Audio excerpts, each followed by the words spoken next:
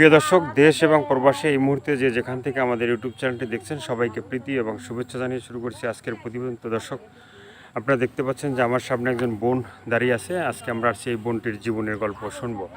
আপু, আসসালামু আলাইকুম। ওয়ালাইকুম আসসালাম। কী নাম ভাইয়া? মরিয়ম। মরিয়ম।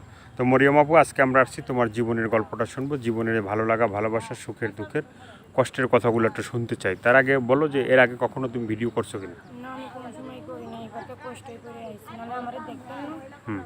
এর আগে কখনো ভিডিও করা হয় না, এই প্রথম ভিডিওতে আসলা। তো তোমার ফ্যামিলিতে কে কে আছে একটু বলবা? ফ্যামিলিতে আগে আমার নিজের মা ছিল, হুম। মনে কর এরা তালাক দিছে, হুম। তারপরে একজন কাম করছে, সৎ মার কাছে থাকে। হুম। তার বাবাও আছে, মাও আছে, বাবাও আছে, মাও আছে, বড় একজন ভাই আছে। বড় একজন ভাই আছে। তো এই ভিডিওর সামনে কেন আসলে একটু বলবা? অনেক কষ্টই করে আইছি। সে কষ্টের কথাগুলো একটু বলতে হবে তো, হুম? কষ্টের কথাগুলো একটু বলতে হবে। আমি তো পারবই না গো। যে কষ্টের যে কি কথাগুলো আছে, যেমন এই যে বাবার কাছে থাকো, বাবা কি মানে ঠিক মতো ভালোবাসে কিনা, ঠিক আছে, মা ভালোবাসে কিনা, বা সংসারে কি অবস্থায় তুমি আছো, কষ্টে আছো কিনা, এই সেগুলো বলবা। ভালো নাই বলে তো, বাবা মা আছে তো না থাকার মতো নেই, বুঝেন না সৎ মাই কেমন রাখে। হুম। অনেক কষ্টই আছে। মানে এখন সৎ মায়ের কাছেই তুমি থাকো, নিজের মা নাই। হুম। তো এই যে মানে তুমি কি লেখাপড়া করছো? হ্যাঁ ভাইয়া, হাইসো না, হাইসো না। তুমি কি লেখাপড়া করছো?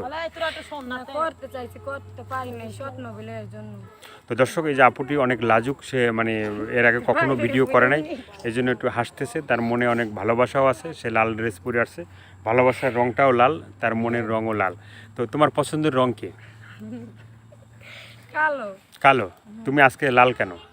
এমনি পিদাইছি, যা আছে তাই পিদাইছি। যা আছে তাই পিদাইছো। তো দর্শক, এই যে দেখেন যে তার যে সে সুন্দর ড্রেস পরে, লাল ড্রেস পরে যে আজকে ভিডিওর সামনে আসছে। তো কখনো কোনো ছেলে কি ভালোবাসার কথা বলছে?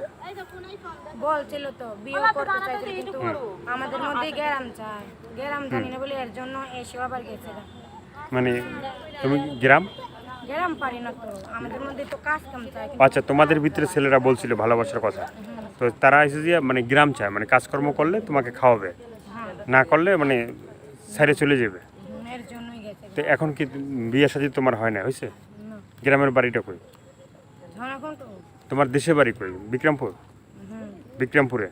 তো বিক্রমপুরের ছেলেরাই তোমাকে ভালোবাসতে চাইছিল, তুমি তাকে ভালোবাসো নাই। বাসটা তো চাইছি, কিন্তু গ্যারাম জানি না বলেই তো তার জন্য বিয়ে করি। বিয়ে করো নাই, তাহলে গৃহস্থ ঘরের ছেলেকে বিয়ে করবা? যদি মনের মতন হয় তাহলে বিয়ে করবো, আমার যদি সে ভালোবেসে বিয়ে করতে আসে। মনে করো যে এখন যে তোমাকে গৃহস্থ ঘরের ছেলেরাই তোমাকে বিয়ে করতে চাবে এই ভিডিও দেখার পরে। তো সেই গৃহস্থ ঘরের ছেলেরা মানে তোমার একটা পছন্দ আছে না, যে আমার স্বামীটা এইভাবে হইতে হবে, সালমান খান, শাহরুখ খান, ঠিক আছে, বা বাংলার সাকিব খান। সালমান শাহ চাই না, শাহরুখ খানও চাই না, মনে করে সে ভালো ছেলে হতে পারে, 5 ওয়াক্ত নামাজ পড়তে পারে, তাকেই চাই। মানে যে ছেলে 5 ওয়াক্ত নামাজ পড়বে সে ধরনের একটা মানুষ তুমি বিয়ে করতে চাও। হুম। সেটা হচ্ছে যে গৃহস্থ ঘরের, বেদে সম্প্রদায়ের ছেলেকে বিয়ে করবে না।